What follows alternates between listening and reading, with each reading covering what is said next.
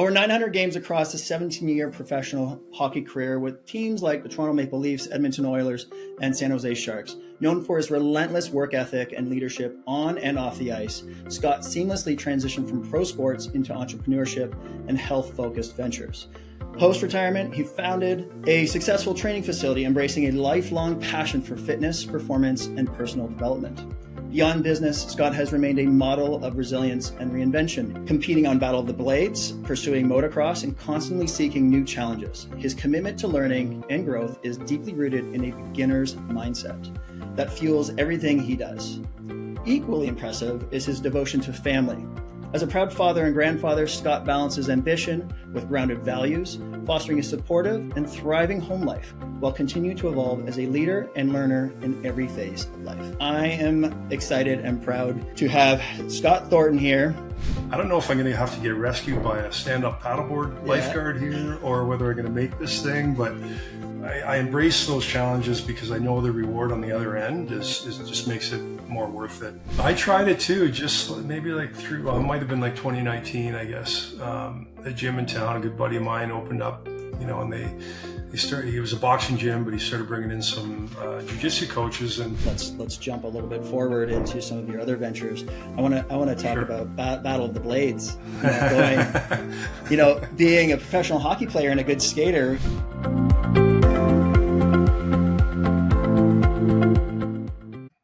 On the podcast of staying relevant, because we can learn so much from what Scott has done over the years, not just as a professional hockey player, but in business and in life. And when I look at what he's done from a balanced life, business, career perspective, it is a model of an individual who I strive to become myself. So welcome, Scotty. Welcome to the podcast. Thank you very much. Yeah, thank you. Quite the intro. Appreciate that. Well deserved, and I feel like there's much more. So branching from our previous conversation, you mentioned the beginner's mind. How do you maintain that curiosity and humility when trying new things? Yeah, it's interesting. I mean, I heard that term beginner's mind probably 15 years ago or so, and it was kind of new. I didn't know that when I was playing, but I kind of found that term when I retired, which is a Buddhist mindset, I guess. And it just struck a chord with me. I realized that I've always been a guy that's been curious, first of all, and then I've always been a guy that's enjoyed sort of the journey rather than the result of things that I've done in my career, and especially in sport, because you can't always win. At the end of a hockey season, there's one team that wins, and I played 18 seasons or whatever, and never got to win the Stanley Cup. So I always had to look at other things to motivate myself, and what kind of kept me motivated, and sort of that beginner's mindset was, I think, kind of critical for me. Since retiring, I've picked up a bunch of hobbies and things like that, and I was just kind of looking for like what I would want to do, because hockey was my life. Mm-hmm. And I realized that every little hobby that I pick up or tried to play or take part in, again, it was always sort of that learning curve that I really enjoyed the most. And so being an absolute newbie on a motorcycle, or, whether it was in the gym or, wherever I was, whether I was doing woodworking or, even with business or boardroom meetings, I was just always curious, asked questions, was never afraid to be the beginner. And as long as I could just park my ego out of the way and just kind of settle into that, it's what I really enjoyed the most. Where do you think that came from? That beginner's mindset, but also the ability to move the ego aside, because it's very easy, especially as we get older, we get comfortable in our levels of expertise, to start from zero again. And where do you think that comes from? Oh man, I mean, playing professional sport, you're humbled every other day, basically. Mm-hmm. Like your ego can certainly drive you. You have to be confident. You have to be really self-aware. But at the same time, I mean, you can go from a hero to a zero in an instant, right? So it's how you bounce back from that and how you recover from those times that make the best pro players, and how quickly they can move on emotionally to something new. And so more often than not, your ego has to be parked because you haven't kind of been successful, let me say. So And in my career, I mean, I was up and down. I was a high draft pick, and then I got sent to the minors, and then, there's all kinds of things. All of a sudden I'm playing well, and then I'm not playing well, and I'm on different lines. I'm playing fourth line duty. Like, my career had a ton of ups and downs, and, I managed to stay in the game as long as I did, I think because I just kind of stayed humble and just kind of kept my even keel mindset and just try to do my work every day. So, I credit the game and the sport and the team community for kind of giving me that insight. What was the mindset? Anytime you had those fluctuations in your career, those ebbs and flows, those waves, riding those highs, riding those lows, how did you maintain that even keel mindset to keep pursuing forward? Because, that can crush a lot of athletes, who have been revered, and like, you're the best of the best. And all of a sudden you come into this much larger pool of talent and you're not as the best anymore. How did you, you had such a great long career.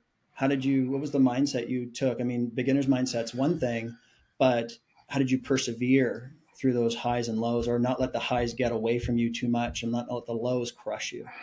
Yeah, it's important. I wasn't always good at it. Obviously you develop that over time, and probably never handled things, as well as I would have liked in my early years. But adaptability, like your role changes within the team lineup, coaching staff, you might have a new coach come in that likes you, or, your situation changes on the bench. And for me, I just really focused on the details of my game. So I really, details and structure became like my best friend, right? So I just tried to execute and practice every day. All the little details that you need to be good and successful. I mean, I just really focused on those. And I took those little small victories daily for me. And it was like, every day, if something didn't go well, like the next day I would wake up and I'd say, okay, I'm going to practice well. I'm going to get a good workout in the gym. I'm going to get some recovery because we got another game in 24 hours again that I need to be prepared for. And I don't want to carry all that mental baggage that I had from yesterday. Right. So it's always a clean slate every day. Right. And you don't always handle it well. It's an emotional sport. And, but I realized from some of the veterans that I had, the guys that I watched and tried to emulate in the locker room, they always moved on. They'd come into the rink the next day and they would be the guys that were, laughing and joking, having a good time, ready to go to work again. They're like, forget yesterday. Today's a new day. Let's get our work done. And so that was a mindset, I think, that allowed me to kind of survive as long as I did. And, almost a little bit naive to the environment around you at times, just going in and, clearly not being nonchalant, but being able to park what happened, previous shift or previous game, and just kind of move on from there and get back to the details. Yeah, that can be tough for a lot of athletes, especially like they get stuck in the past. They get stuck on that previous mistake, either from a perfection perspective of that wasn't a perfect goal, but it was still a goal. And, that how much of that mindset has carried over into everything else you've done. Let's jump a little bit forward into some of your other ventures. I want to talk about Battle of the Blades, being a professional hockey player and a good skater, in previous the highlight of my career. Yeah, man. I forgot about that. I watched that. And then all of a sudden you came into my clinic. And I'm like, I remember you doing something else. And then I'm like, yes, he did. That's so awesome. But that beginner's mindset, talk to us about Battle of the Blades and, going into that'd be, it's such a shifting gears, but also providing some of that competitive. Yeah. I mean, they approached me, actually they had asked me a couple seasons prior to when I did it.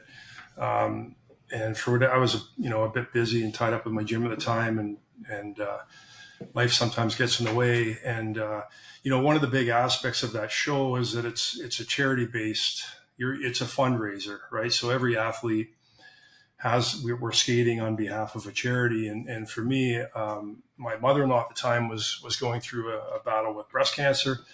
And so I decided to skate on behalf of the Canadian Breast Cancer Society and, or Foundation, sorry. And so that kind of gives you some more motivation to get on, and the longer you survive on the show, the more money you make for that charity. So, I quickly fell into a bit of that winning mindset again, almost, and the one thing I did realize on that show was, I learned a lot. I learned how difficult skating with, figure skates and toe picks was. Kind of a funny story. We went down in the summer to pick up skates, and we had a little 1 hour like public skate on the ice. And they had some of the guys, some of the girls there, and all the coaches were there, production team. I must have fallen 25 or 30 times in 45 minutes on the ice.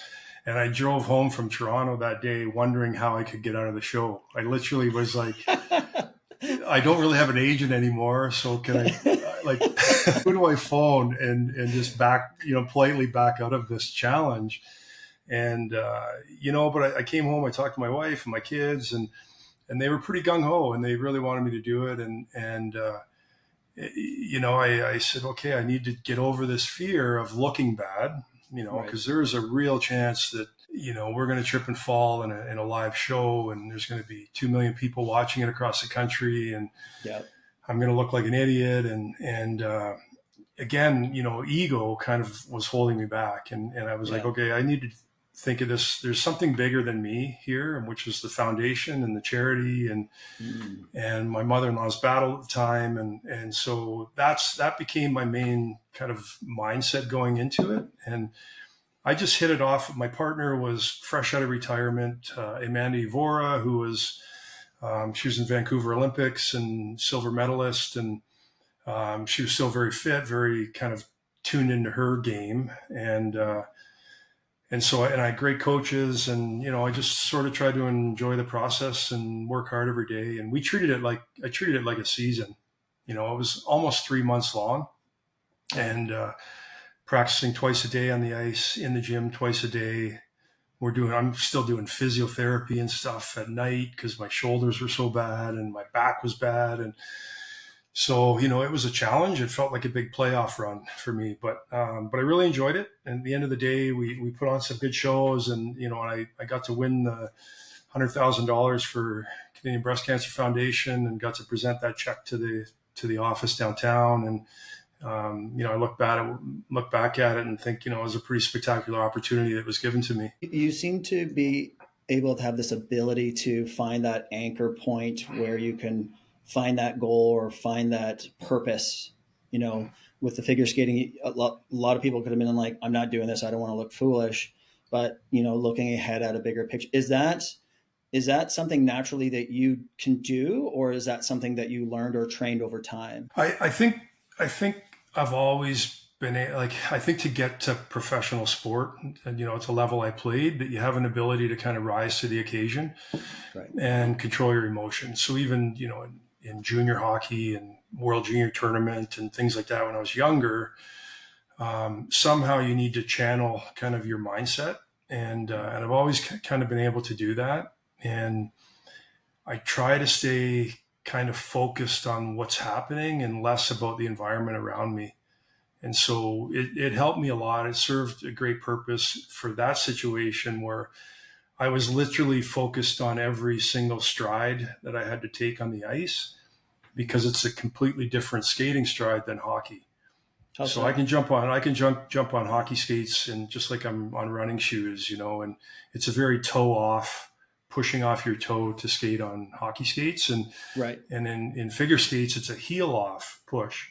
So it was completely opposite. If I ever kind of resorted back to like my natural instinct, right, I would toe pick and face slam into the ice. So it just took a ton of focus. And, on top of that, I'm trying to learn like dance routines and positions and where to go. And you're listening to the beat of music, and you're trying to like do your tricks to the beat. And like, it was super overwhelming at times, but I believe like, and to this day, I still sign up for events and running events and cycling events and things and motorcycle events. And I kind of believe like the more fearful you are of something, the bigger the reward on the other end when you actually survive it. Right. And so I know anytime I'm nervous, I love that opportunity. Like I remember doing an Ironman, a couple of years after I retired, and there's like 2,500 people on the beach, and I had never swam that distance, an open water swim, and I just remember sitting there smiling, and some people that were around me, they're like, "Why are you smiling?" And I was like, "Man, I just love this feeling right now. Like the unknown. Like I don't know if I'm going to have to get rescued by a stand-up paddleboard lifeguard here, or whether I'm going to make this thing, but I embrace those challenges because I know the reward on the other end is just makes it more worth it." And that's an interesting thing you said. You embrace the fear, and it's the fear of the unknown, and that's where a lot of people get frozen and crippled. To not move forward or do anything. It's the fear of, I don't know if this is going to work out. Well, nobody knows if anything's going to work out. I mean, that's life. That's But right. I look up to you, looking at all the things that you do, and you're constantly looking for that, new thing to just push yourself into a different level of comfort, Yeah. right? Getting comfortable with uncomfortable. Speaking of which, you had a bit of a knee injury with your riding Hmm. with your motocross. Can you Yeah. talk about that a little bit and what happened there? And how long have you been doing the motocross kind of racing enduro circuit? Yeah, relatively new. It was about 6 years, I think now, 6 or 7 years. I've always had motorcycles in my family, so I wasn't. Okay. My oldest two brothers raced motocross when I was young, so I grew up around a track, but that doesn't make you a rider because I didn't ride when I was a baby. Um, Right. but I had street bikes. I had a couple Harleys and stuff over the years, so I was familiar Yeah. with the clutch and stuff. Okay. Um, but when I got into that sport, I instantly kind of just fell in love with it. And again, it takes so much thought to rip through the woods with trees going by you and obstacles in front of you. And, you've got both hands working, you've got clutch and throttle and gear shifter on one foot, rear brake on another. Your body weight is shifting and moving around. Like it's really difficult to be good at it. Yeah. And I just found that when I did it, I couldn't think about anything else. So Yeah. I'd go into the woods, and for 2 hours or 3 hours or whatever, I wouldn't think about anything except riding that bike. And I love that. And so I got into a bit of racing and doing some hard enduro stuff. And so it was about 18 months ago now, I guess. It was in September, a year ago, last September. And just I was in a race and just kind of went down in a corner a little bit in an awkward way. My foot got stuck in a rut, so my Mm. leg had nowhere to escape, and so my body weight and the bike weight sort of did a pogo stick over top of my leg, Uh, and fractured my tibial plateau, yeah. which is more like a vertical compression. Yeah. Super lucky I didn't do any damage to my ligaments in my knee and stuff. Like, Which is surprising. yeah, a little bit of meniscus tear, which he Yeah. fixed, when they did the hardware surgery. The first one was they put a big plate and I had 14 screws in there, and you're familiar with it because you helped me do a lot of my rehab. And but it was a long one. It was 3 months non-weight bearing on crutches. It was a couple months after that I was just kind of learning how to walk properly without a limp Yeah. and get some tension. I had some ankle issues. I had some low back and hip issues just from being in crutches for so long. And but I managed to kind of get through it. And when I was in January, I was just starting to walk. So I got off crutches just before Christmas. And then in January, registration opened up for this ultra marathon in Halliburton. It was a Right. 50K trail run. And I was laying on my couch, icing my leg, and signed up for the race, which was in September. And I thought, yeah, that'll be almost 12 months to the day from my accident, and Yep. gave me something to really train towards and focus. And it was something that really kept me in the day-to-day rehab world. Yep. And I got to do that race. My son ran with me, which was even better. And and then I went back in again, and I just had all my hardware removed, which was only about 5 or 6 weeks ago now.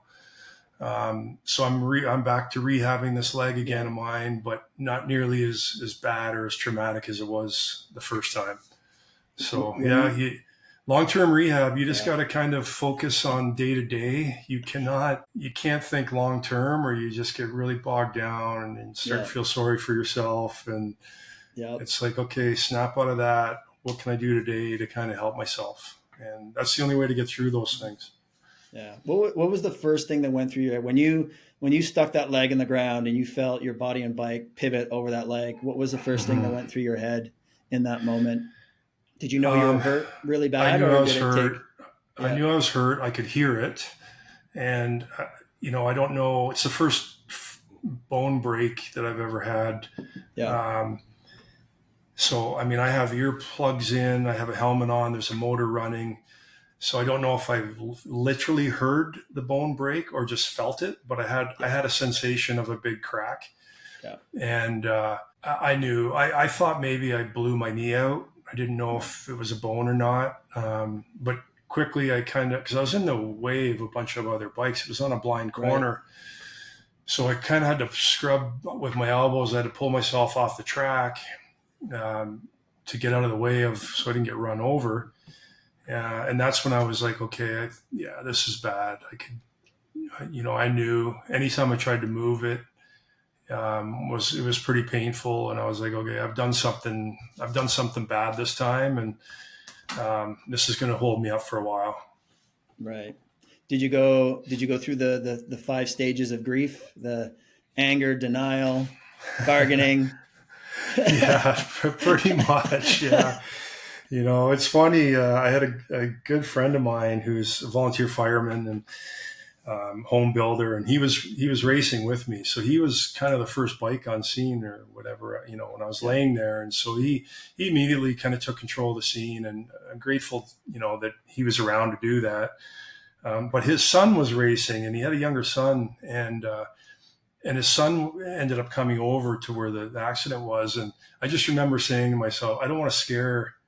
His son's name is Nolan. I said, I don't want to scare Nolan from riding bikes. So I need to be as stoic in this moment as I possibly can for him. And that helped me kind of, whether Nolan needed it or not, it just helped me kind of get through those, 15 or 20 minutes or so before an ambulance showed up, where I was kind of joking with him and I was trying to kind of laugh a little bit. And at that point, what are you going to do?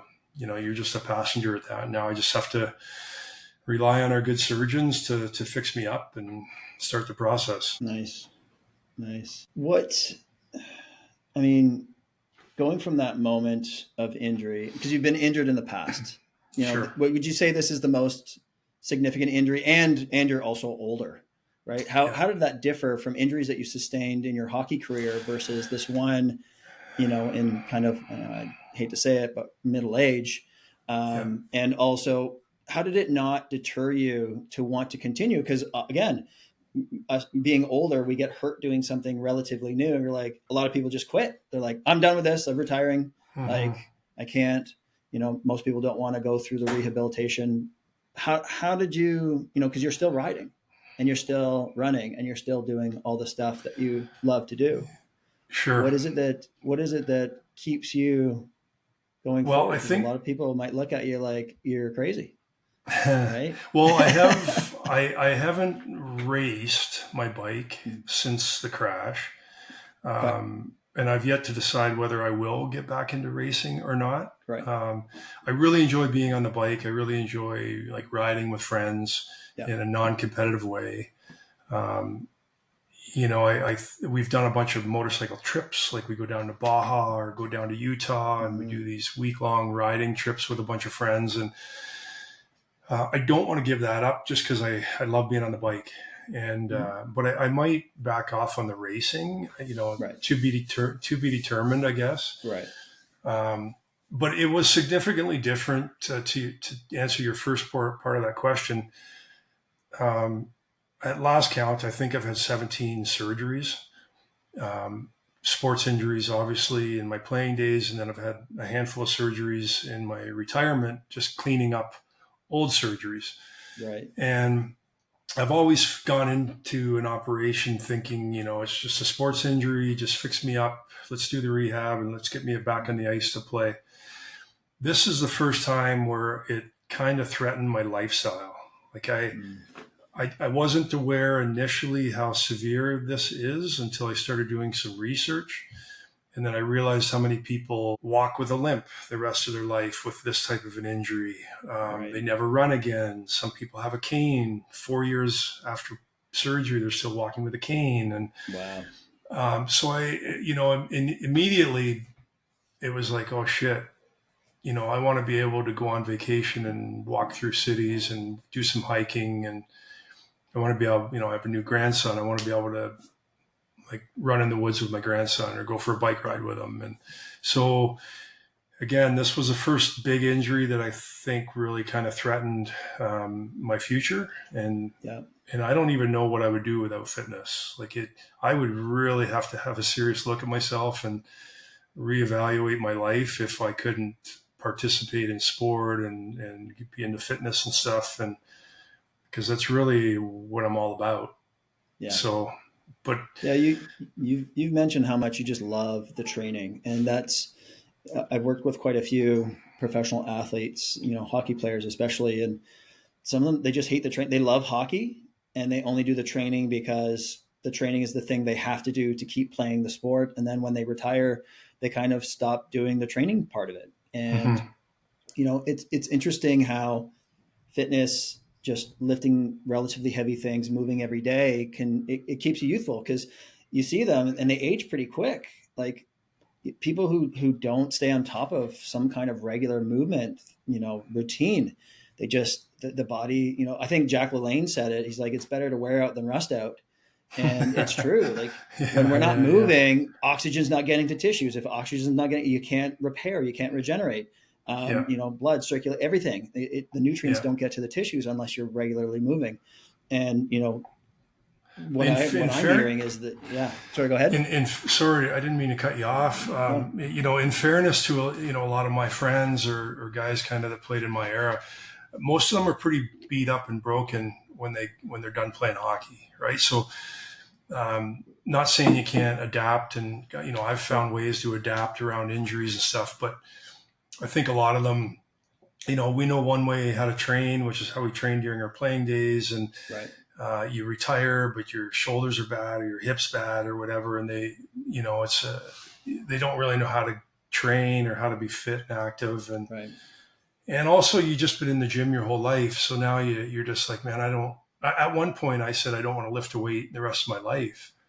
Right. And, and then that kind of changed, once I was retired for a couple of years, I was like, no, the mental health aspect of being in the gym and training was just like too critical for me.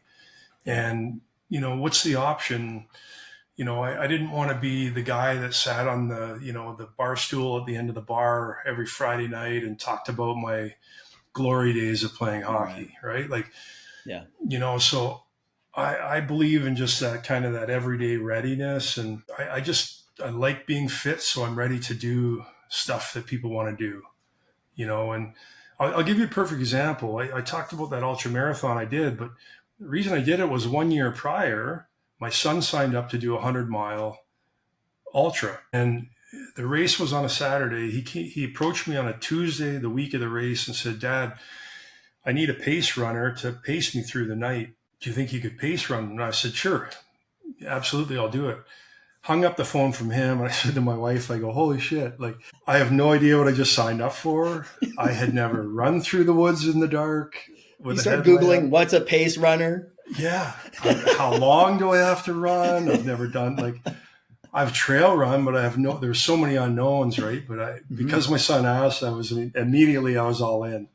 Yeah. And, as it turned out, we got to that, I picked him up at 8:30 p.m. was when the leg that I was running with him, and ran from 8:30 till 3:30 in the morning. I think we did 37 kilometers together. And at that time, he's pretty tired, so I'm walking a lot of it, but we're running some, walking, and it's right in the middle of the night where he hit his lowest part of his ultra. And sometimes I'm talking, sometimes I'm not. I'm just, making sure that he's eating and drinking and kind of staying on pace. But I wouldn't change. My opportunity to do that was so incredible. I just can't imagine if I couldn't have done that. You know what I mean? Like, that was just a golden opportunity for me to spend that kind of time with my son in a challenging situation. And, and I just believe in just being ready for that kind of thing. Like, who knows what gets thrown at you? But to be fit enough to just go, sure, I'll go do that, is where I want to be. Yeah. Just have that capacity or that reserve, really it's an insurance policy. What if you have to pick up something heavy? What if you have to run across the road to save your grandchild because a car is coming? It's all, people forget that, being fit, strong, mobile, it's in those situations. It's those in case things. And, it's not just, we don't work out we have to kind of train to continue to play sports as we get older. That's just kind of the evolution. We play sports when we're younger to stay in shape, but then we have to stay in shape to play our sports. Yes. How do you feel like your training has evolved, your mindset has evolved, from early career hockey to now? What does that look like? What does your training routines look like now? Do you still lift weights? Do you do more mobility work? So then the audience can kind of look at, well, Scotty's in this decade and he's still training and he still looks great and he's still doing a lot of the stuff. What did that look like? How did you get there? And, where did you find your new methods along the way? I found a good team of physiotherapists. There you go. Keep piecing it back together.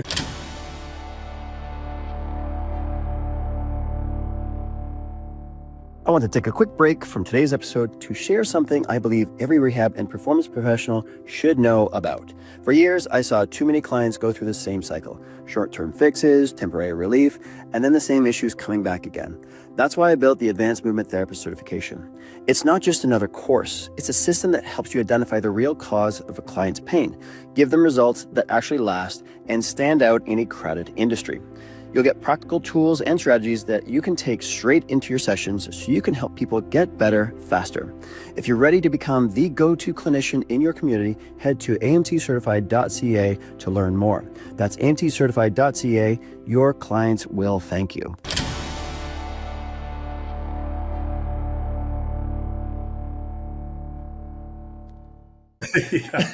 No, in all seriousness, it's definitely evolved.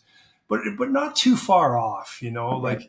I remember the first gym I joined, I was in grade 9 high school football, and I went to a gym in London where I grew up, and I was training with some older guys that were kind of into like traditional sort of bodybuilding workouts, like push-pull type of pairing. And at 14, I learned a lot about the body and how the body moves and what muscle groups are called and the names of them. And so I've kind of gone back to some of that. I was really into, CrossFit training. I had a CrossFit gym. The intensity of that and the camaraderie of the gym was absolutely amazing. But I feel personally like I aged out of it a little bit, especially because of my prior career. So I don't do that kind of stuff much anymore. I tend to split my cardio and my strength training now, but not all the time. Like I'll still do some HIIT training once in a while. But I do certainly pay a lot more attention to just my joint function now. I've always been big. The priority of training around your training's built around. Yeah. I know enough now, and I have a pretty good feel for my body that if I go into the gym and I'm not feeling it, I can do 45 minutes of mobility and call it a day. If I'm moving really well and I get a really good 30-minute warm up in, my hips are loose, my hammies are loose, my low back feels strong, then I'm like, okay, I can actually do something today, right? But most of the stuff I do now is not really on the clock anymore. It's more just doing sets and reps. And I do spend a fair amount of time warming up. We had a joke with our friends that you should warm up 1 minute for every year you've been alive. So I'm So I'm 54 now. So my warm up is about 54 minutes long now. Your workout is the warm up every single day. That's right. And I go, oh, look at that. It's over already. I gotta go. But I still challenge, like I'm just learning more and more. I still study. I listen to people like you. I learn a lot. I'm learning that I don't need to go as heavy as I used to go with a lot of things to still get good stimulus for my age. Yeah. I can get fatigue, whether it's through like tempo adjusting or higher rep counts. And as long as I'm challenging some of these, the muscle groups, I think I'm still serving a good purpose. Right. So, there's tweaks here and there that have changed over the years, and certain things I can't do anything overhead just because my shoulders are too bad. And so, I don't hang from bars or pull ups and things. So, it's more like banded work but I make it happen. There's so much knowledge out there, and there's so many good stuff. There's people like you, obviously, and then there's YouTube, and be careful on YouTube. Obviously there's a lot of garbage out there too, but you can find some gems if you're looking, and there's ways to adapt. And, the bigger point is just to do something, just get up and sweat and get a bit of a work done and then go about your day. Yeah.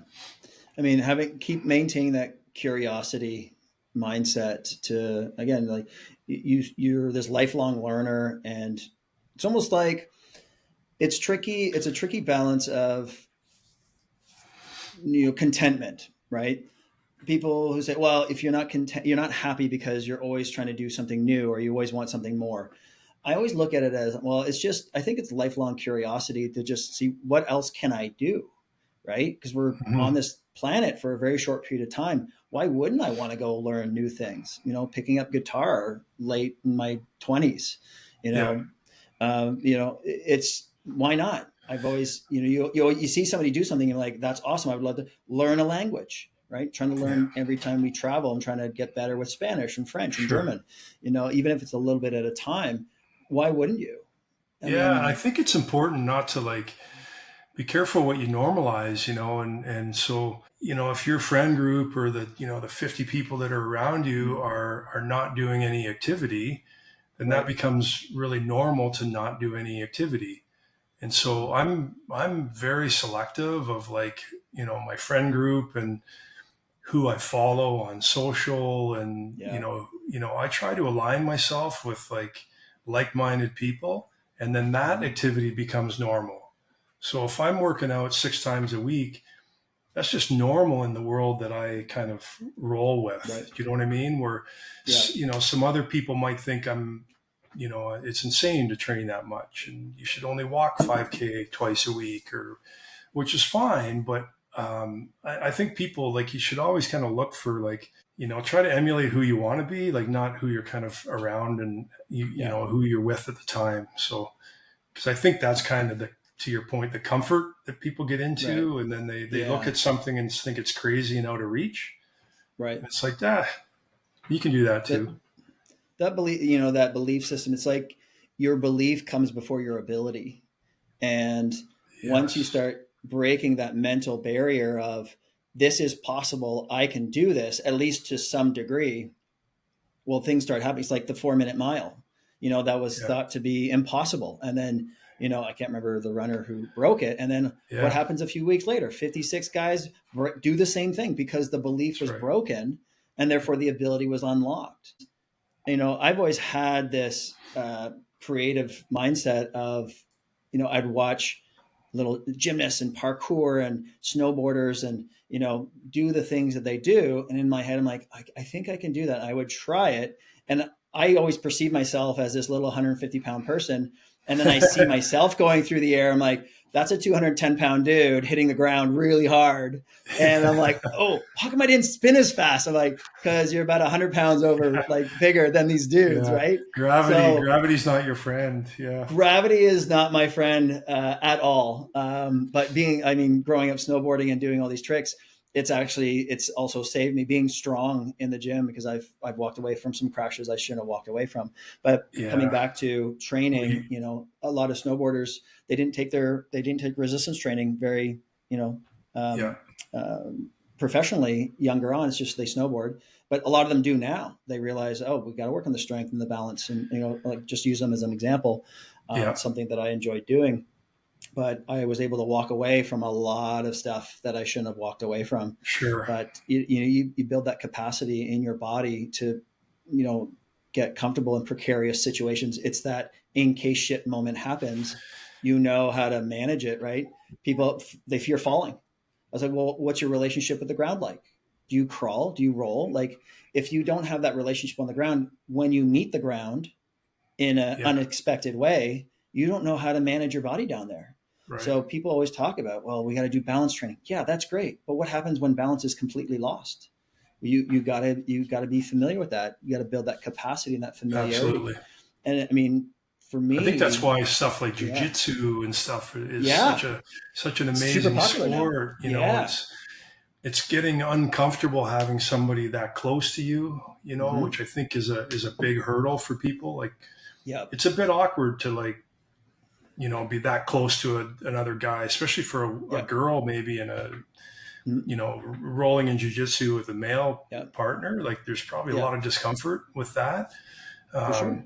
And it breaks down all those barriers and gets people comfortable being on their back and pinned to the ground, and then figuring out a way to solve that riddle.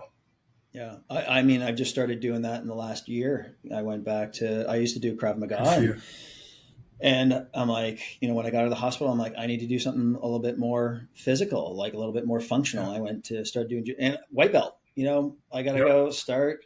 My daughter is a brown belt in karate, and she's like, Daddy, I have a higher belt than you. I'm like, yes, you do, sweetie. But I'm okay with that. I'm okay. I will probably stay white belt forever. I just want the knowledge. I just want the abilities, and I just want the fun.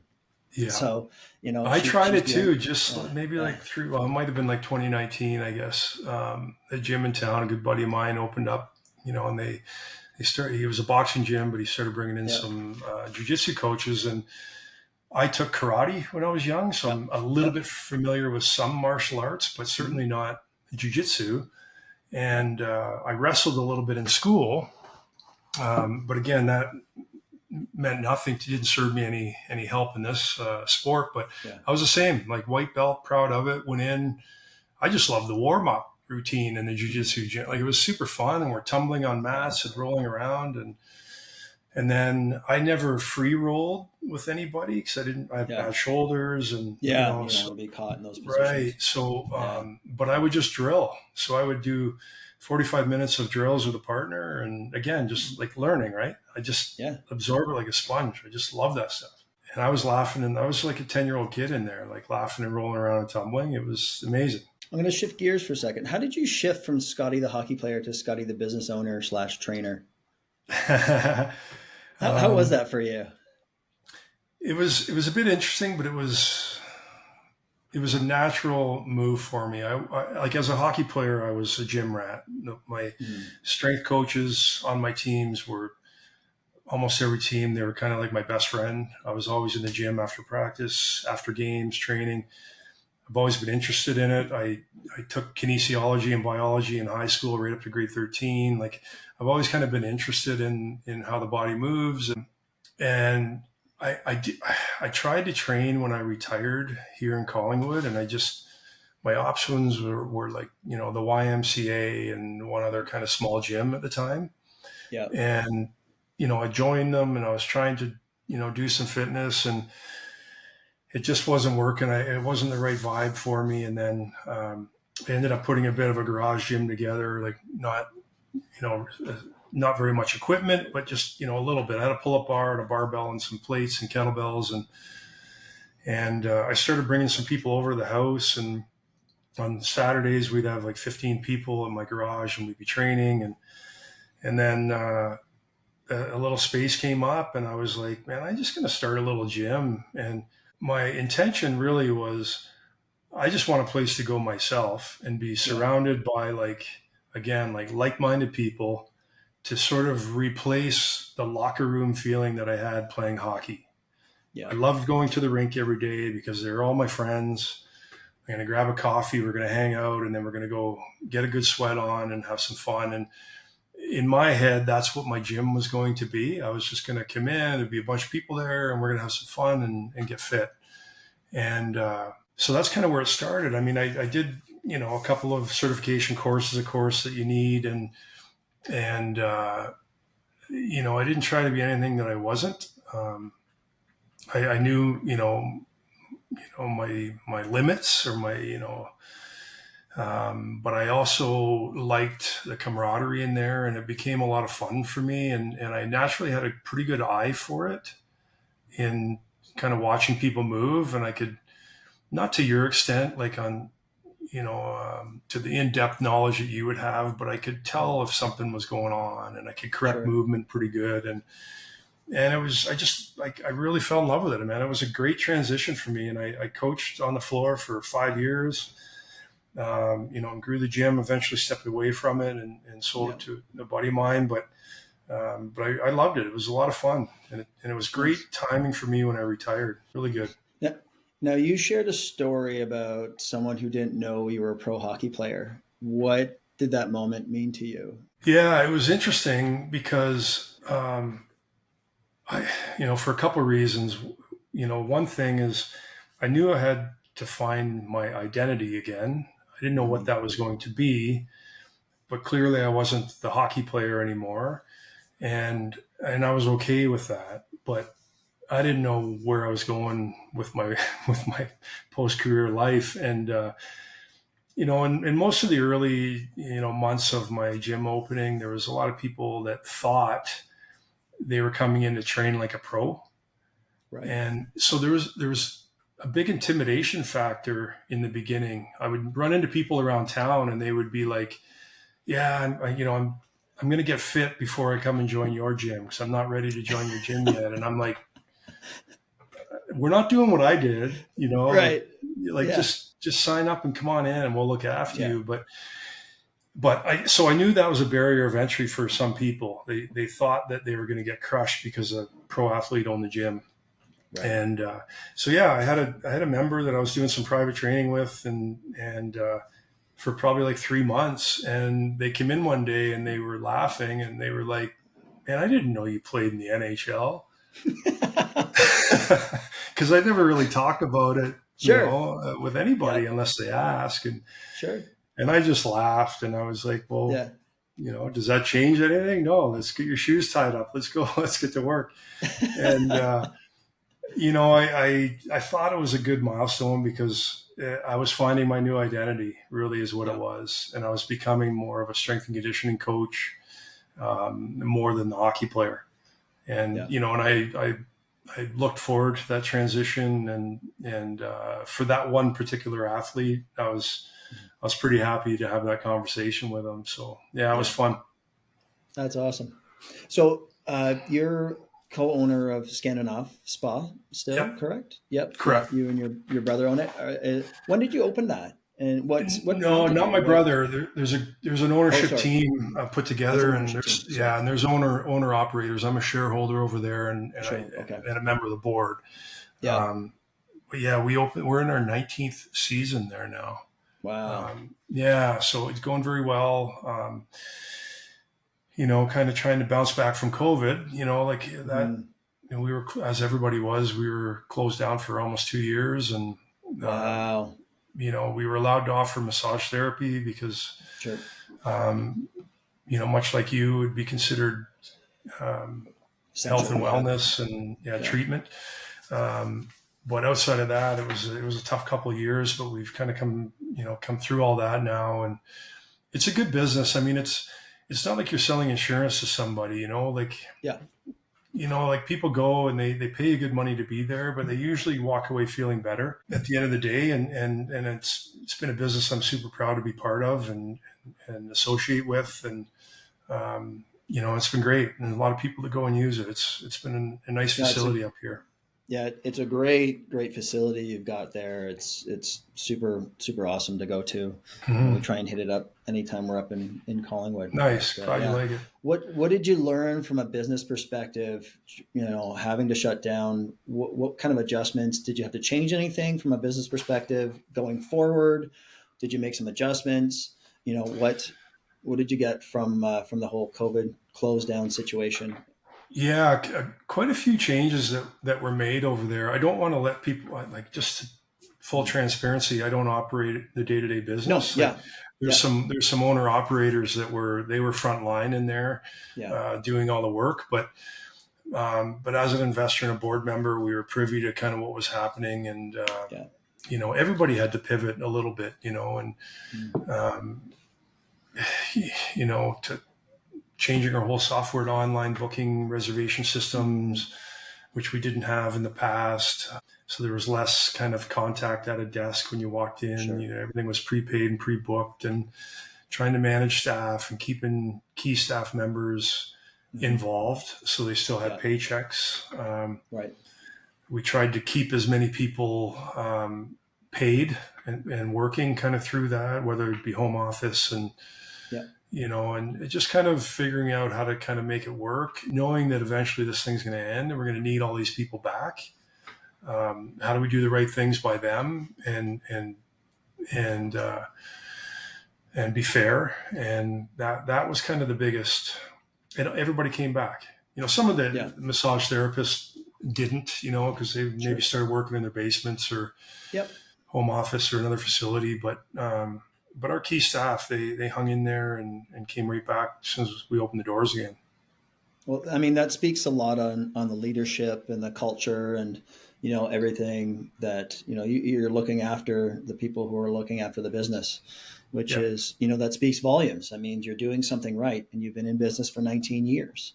Yeah. So, that's awesome. It's obviously built on, some fundamental principles of looking after people. Yeah. What are some fundamental principles or values that guide your decisions now? I get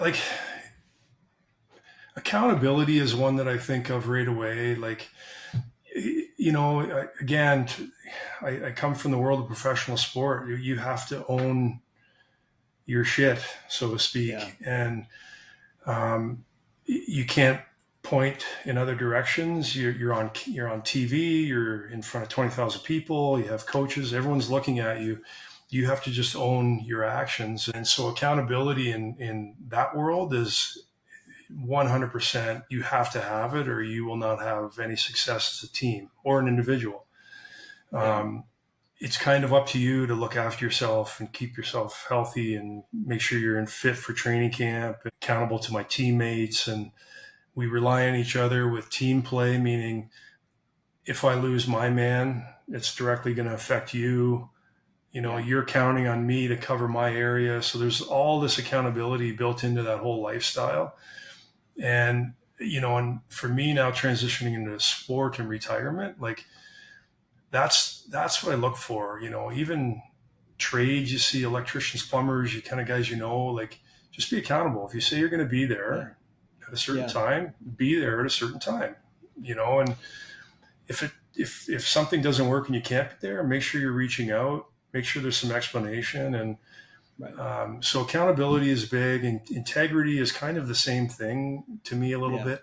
Having integrity, doing the right things, even if it's really tough, awkward conversations, don't avoid those and just have those conversations and be fair and honest. And it's hard to fault somebody that's just being fair and honest and transparent. And so those would be the two biggest things. And I mean, one other, I guess, maybe for me would be just to be fit and healthy.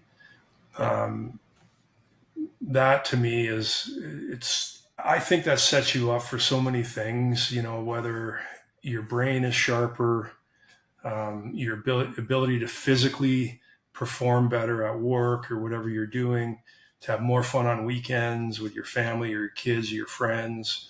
I just believe in kind of being fit and well and readiness. And to me, that just keeps my mind sharp and ready to make the right decisions when they need to happen. So I want to be around for a long time, and I want to be healthy and active and contributing, and which means I just got to put the work in every day to make sure that happens. That's awesome.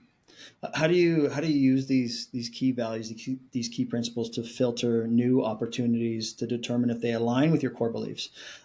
What's kind of your vetting process? Because I'm sure, your connections, your experience, over the years, I'm sure opportunities come up. How do you choose between which opportunities you pursue, which ones you don't pursue? Because there's lots of carrots that can be dangled, but how do you know which ones are the right ones to go after? Yeah, good point. It's not like I'm Warren Buffett or anything where I'm getting like a ton of people, pitching things all the time. But Sure.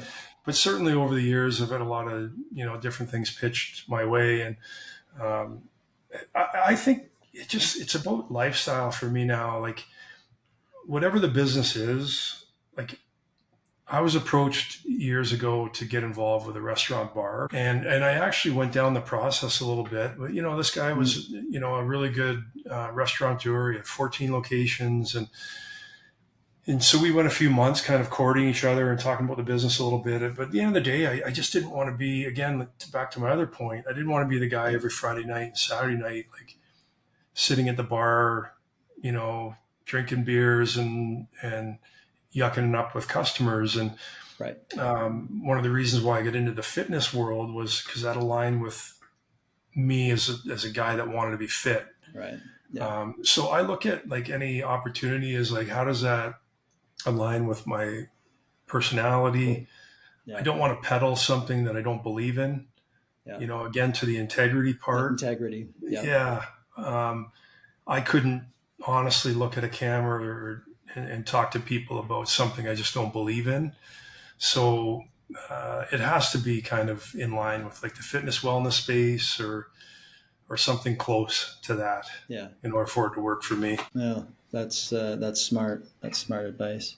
What advice would you give athletes nearing retirement into preparing for the what's next? Since you're so good at that, at looking at the what's next, the next purpose, a new direction, a new goal. How would you approach, say, a young athlete getting close to retirement to kind of move into the next stage and let go of who they were before and be okay with that? Because again, like you said, you don't want to be the guy talking about the past of the glory days.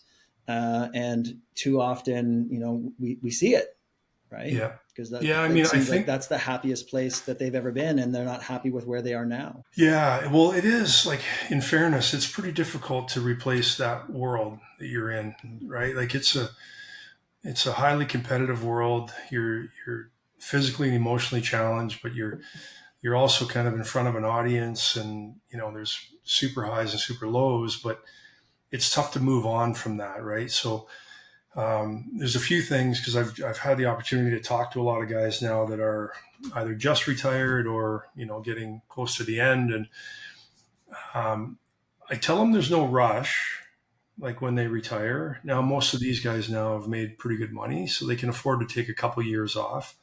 As did I. I didn't really do much for the first 2 years. We had the spa going already, but as far as like my day-to-day thing, like the gym, I mean, that was a couple years after I retired. So I tell them, just take your time. There's no rush to jump into anything, but you'll know it when you see it, you'll know that's what it is you want to do. And then I also tell them to find a hobby for themselves. We're on the road so much as a player. It's natural that when we retire, we want to dive 100% into the family life, which is great. I mean, you're driving kids to school, you're doing pickups, you're going to dance recitals and baseball practices and hockey practice. And I loved having the ability to do that, but you can't forget about yourself too. And, you still have to find something, whether it's just walking in the woods or a mountain bike ride or something, because we've been that way our whole lives. You kind of have to have an out, that every second night for 18 years, I was gone to the rink doing something. Yeah. And so in order to kind of, just for the mental health aspect of it, you still have to find yourself a little bit of a hobby. Yeah. The last thing I'll say is, I was really fortunate. I had two things that happened to me when I was still playing. One is it was a goalie. His name's Daryl Ray, but he did our color commentating in Dallas. He used to be a goalie. And I was talking to him about retirement, and maybe I was always curious. And he said to me, like, you have to find a new identity. And I talked about this a little bit earlier about me trying to find that identity. That came from Daryl Ray. Like, he had said to me, we'd go to house parties with my wife, and people would say, "Hey, I'm so-and-so from this company or this business." He goes, "I was always Daryl Ray, the goaltender, Daryl Ray, the hockey player, the guy that plays for Edmonton or whatever." And he goes, "Now I was just Daryl trying to figure out who I am." Right. So that, I never forgot that conversation. And then another time I was in San Jose, we were riding the bike after a game, and I was with a couple young players, and Bernie Nichols, who used to play in San Jose, came in and came up and started talking to me and then walked away. And the guys that were beside me, they were like, "Hey, Scott, who was that?" And he had just retired 2 years earlier. And Bernie was a guy, like, he scored 76 goals playing with Gretzky in LA. Like, he was a hell of a hockey player, all-star. Yeah. When he was in New York, they called him Broadway Bernie, like a big character. And I just thought to myself, man, if these guys are in the game playing and they don't know who Bernie Nichols is, nobody is going to remember who I am when I retire, right? I'm just a plug, just doing my thing. So I kind of, and I played like 5 more years after that. But going into retirement, I just fully expected that, the audience was gone and it's time to move on. Like, fans cheer for the jersey. They don't necessarily cheer for the player. Right. So, and I was comfortable with that. I knew what was going to happen. And so I tell young guys that story, like, as good as you think you are, like, you kind of do get forgotten after a while, right? There's always a new generation of hotshot players coming in, and that's who the kids in the street are all going to like. And, your era just kind of gets washed away. So that's just the nature of the beast. Yeah. So what's one mindset shift that changed the way you approach life after sports, leading into that? What would one thing you would say, to help transition? You trust your gut instinct and to kind of sniff out the BS. Because we have that in a locker room. Yeah. We're in an area, in a dressing room where there's nowhere to hide in there. Right. And so if there's somebody in the room that is trying to kind of be a bit of a bullshitter or shortcut things, guys can sniff that out in a second, or perhaps a coach or somebody that doesn't have your best interest in mind. Like, we can sniff that stuff out. And so I think that lends well in the business world, and even people you associate with as friends. And, you can sniff out kind of the BS a little bit and just trust your gut with kind of who you want to be around. And I think that's kind of served me well, kind of in retiring. I've got a really strong friend group that I found in this community, Collingwood here, which I'm brand new. I just moved here. I didn't know anybody. And I've just kind of met the right people, and then I've surrounded myself with a good group of friends. And I think I've been able to do that just because of my time in a locker room, just understanding who's for real and who's just bullshitting. That's good advice. And I just want to ask a few more. What are you learning new? What's new? What are you looking towards? What's the new thing on the docket? Yeah, I don't know yet. The motorcycle thing is still there, so I'm still progressing in that a little bit. I got a trials bike, which is a different type of motorcycle that I'm thinking about doing some trials competitions maybe a little bit, which is a bit of a different sport than what I've been doing, but should be fun. That's it. On the business side, I don't have any new projects yet. Well, I shouldn't say that. I'm part of a hockey helmet company as well that we finally brought to market, but it's been 5 years in the making. Wow. Called Valor. And so that's kind of my newest sort of business project that we've been running pretty hard with. What's different about the helmet that you guys are into? It's a monoshell, first of all, which is the biggest change, which offers the most amount of safety. So instead of most hockey helmets are two-piece that kind of adjust and slide together and compress. Yeah. This is a monoshell form with sort of more like the MyFit, like a bicycle helmet. Yeah. Occipital adjuster, micro adjuster. Yep. It's been rated the safest. There's a 5-star rating to a hockey helmet in safety, and we're the only 5-star helmet that's out there in retail. So by far the safest helmet on the market. And what do you say is the biggest barrier to that is right now, trying to break into the market to be more mainstream? Taking on the 3 big monsters, which is, right, Valor, CCM, and Warrior. And it's got a bit of a non-traditional look to it. It's a bit more spherical. Yeah. Which in design was designed by purpose. So it'd be more like a billiard ball, like a pool cue. So things would reflect. Well, like a football helmet, right? Like a football helmet. Yeah. Like a football helmet. So yeah, we're just kind of, starting. We've had a bit of a soft launch with that, and we're trying to find some teams and partnerships. And it's been a big challenge, but it's going to be super rewarding. That the more helmets you can't say you'll ever totally eliminate concussions and head trauma in a physical sport, but if we can help mitigate some of that, then I feel like we're giving back to the game. That's great. Mm-hmm. That's great. One last question: what does staying relevant mean to you today, based on your long career and successes in life? Yeah, good question. I don't necessarily try to be relevant in the sense of like a hockey guy or expert, but I do try to stay current with my knowledge and my education, and that. So relevant, I guess, is continuing to learn, continuing to pay attention to trends, what's happening, and different than me. I'm not like trying to be like, the hockey guy of 15 years ago, so I'm not trying to be relevant in that game, but just staying current. I read a lot, listen to a lot of podcasts, audiobooks, always kind of learning new business practices. I'm always learning communication skills and clearly in the sports and fitness world and even, the physio world. Like I follow somebody like you on Instagram, which has great information for free. Like there's a lot of that out there, and I just absorb it and just learn and learn and learn. So it's been a lot of fun. Great. Well, ladies and gentlemen, Scotty Thornton, thank you for coming on. It's always a pleasure to talk with you. You've inspired me, not just from a business perspective, but a life perspective, and how well balanced you've stayed in your family life, your business life, your athletic career.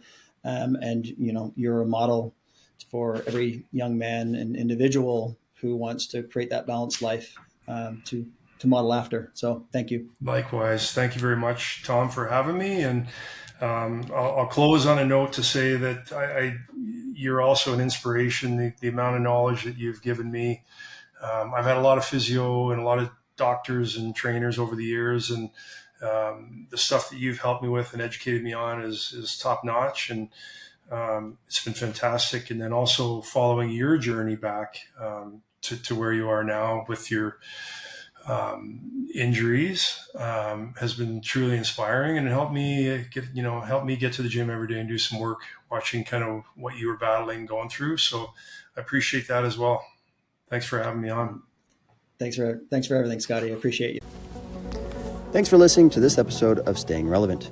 If you enjoyed it, check out the AMT certification at amtcertified.ca, where we help clinicians and coaches get better results faster. Don't forget to subscribe for more episodes and share this with a coach, clinician, or athlete who needs to hear. Until next time, keep learning, keep growing, and keep staying relevant.